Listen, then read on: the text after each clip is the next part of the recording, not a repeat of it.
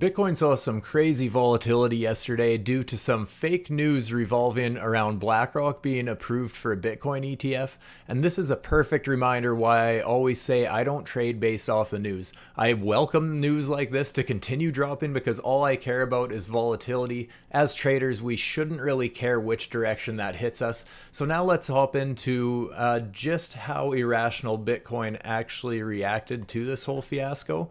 You guys, I have, although I have been cautiously bearish on the midterm in my previous streams here, I have actually pointed out these two diagonal trend lines in a few of my previous streams, stating that if we did get some kind of a pump to the upside, to watch these levels for a bit of a SR flip.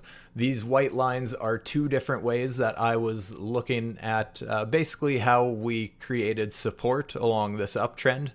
Dating all the way back to where the market has bottomed for this cycle so far, but basically where we ended up just finding support along this trend. So you can see my bottom line I had pointed out or just connected to the exact wicks here, and it was actually respected as resistance a couple of times from the bottom side there, which is good to see. Not too uncommon to see the technicals do that. So we're seeing just a strong level of support on the way up, flipping into resistance on the way down. And then I had this other trend line, which I had also pointed out before, and basically just going to the start of this uptrend and then more so going towards the bodies along the way to the upside, just really where this pump began, basically. And where we came to from the bottom side, once again, we lost that support. It wasn't a very serious level of support, but it was something that was on my radar. Just the fact that we really only had this whole section back here and then another touch here basically is where we kind of created that bit of support. And I just had that extended as a what if, and especially that after we got this dump to the downside here, and then we ended up retesting that support as resistance, that's more so where I was considering this a valid trend line. And lo and behold, look what happened with that ETF news. We actually ended up testing that level pinpoint accurate, just absolutely perfect. And another thing I mentioned to watch for was Fibonacci levels, you guys, because we did actually have this resistance from back here, which I was saying as far as a structure level, it makes sense that we would just, this was a very aggressive dump to the downside, so it makes sense that we got a very aggressive pump to the upside. Basically, the exact opposite move. I'm actually curious about that now. That's what we had for a dump. Let's just see. Our pump was very close to the same size, pretty much the exact opposite move there. But I was talking about this structure back here, something to watch out for. As well, the MDX Algo indicator was pointing out a whole bunch of just a couple of supply zones up here, which I brought those to your attention with these indicators here. And on top of that, like I was talking about Fibonacci levels, you guys, in pretty much every video I mentioned the 786, 886 Fibonacci pocket. That's whether I'm looking for support or resistance. And just looking at where we topped out here, if we pull our Fibonacci's from our current our current market cycle high so far, pulling from there to where we had bottomed out along this green support here.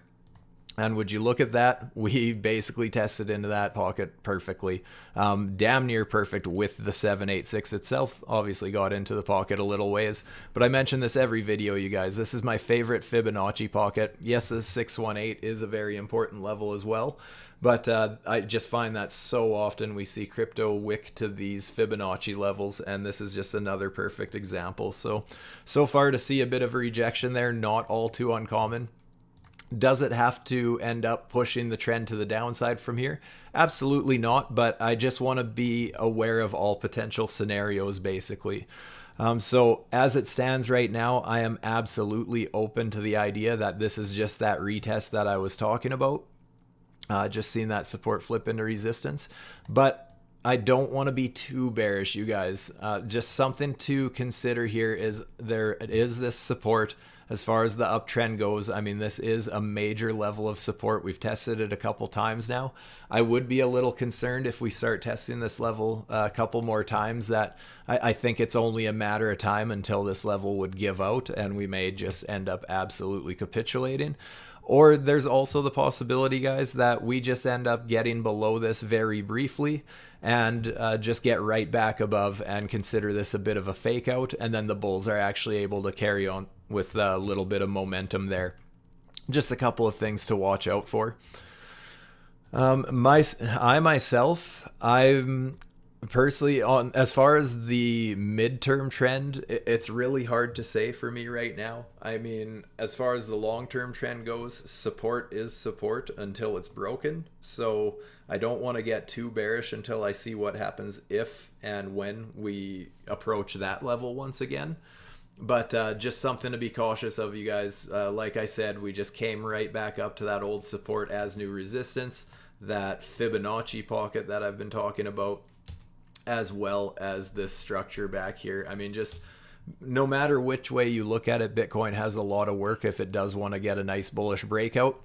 I'm personally open to the idea of more accumulation, just kind of trading in a bigger range, because typically speaking, the longer you're in a ranging market, just kind of coiling up with the price action, generally speaking, the longer that goes, the more explosive move you have. So the longer this price is held down, the more astronomical the gains will be to the upside for the Moon Boys when eventually we do carry on our market cycle. So just a few things to consider there, you guys.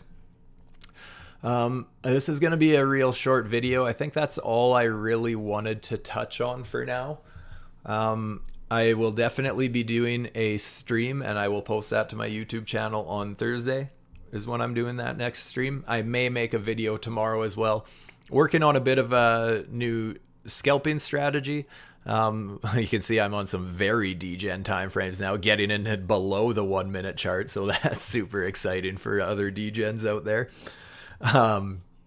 But I'm going to get into that in my stream a little bit more, and just some new ways that I'm looking at these indicators. You'll notice a few new symbols here, higher highs, higher lows, lower highs, lower lows, stuff like that. So just kind of working another indicator from the MDX algo community into my scalping strategies. And so yeah, like I said, I'll go over that on Thursday. But anyways, friends, if you did appreciate this video, please do me a favor and hit that like button and subscribe to the channel if you haven't. If you want access to these beautiful indicators, as well as MDX Crypto's VIP Discord, there's a 15% discount referral link down below to join.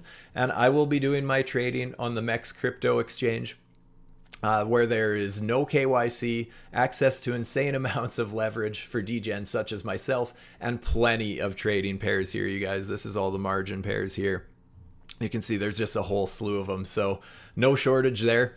With my referral link, you'll get 10% off already very cheap trading fees with my referral link down below, as I mentioned.